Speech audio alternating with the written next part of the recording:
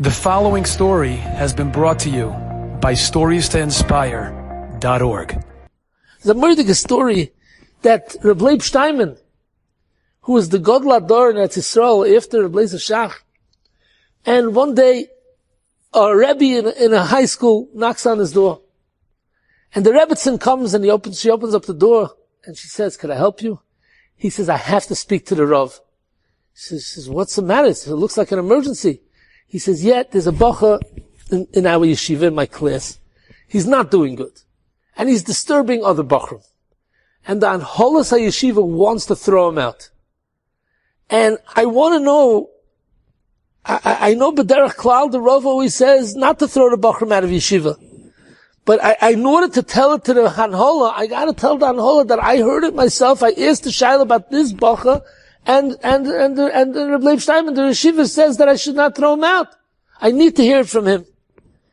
So the Rebbetzin B'Shum Oifin did not let him in. She says, "I'm not letting you ask the Rav the Shaila."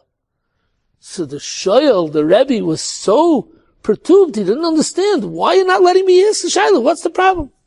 So the Rebbetzin said, "You think that when Reb Leib Steinman gives a psak not to throw a bach out of yeshiva, that's it? You know what happens when the door closes? Reb Leib Steinman sits down, and he takes out a Tehillim, and a whole night he sits and cries over the Tehillim that his psak shouldn't be mazik any other bacha in the yeshiva. And the kid should stop bothering other kids. That's what he's busy with. He's busy crying that his tefillah should help, that his psak of not throwing the bacha out of yeshiva shouldn't stir other kids. That's what he wants. So he's taking the whole achrayus of all these bachrim on his places. So you think he has koiches for this? Right now he doesn't shvach, he can't cry, he can't fast, he can't be busy with this all night. I can't let you in. I'm sorry. But it's just an insight to see that the Gedolim who are busy hearing the tzaras, they're not just listening to the tzaras. It has an effect on them. And they take it to heart. It's the libay, it's the Mishpah B'nai Yisrael al libay, Lefnei Hashem Tamid.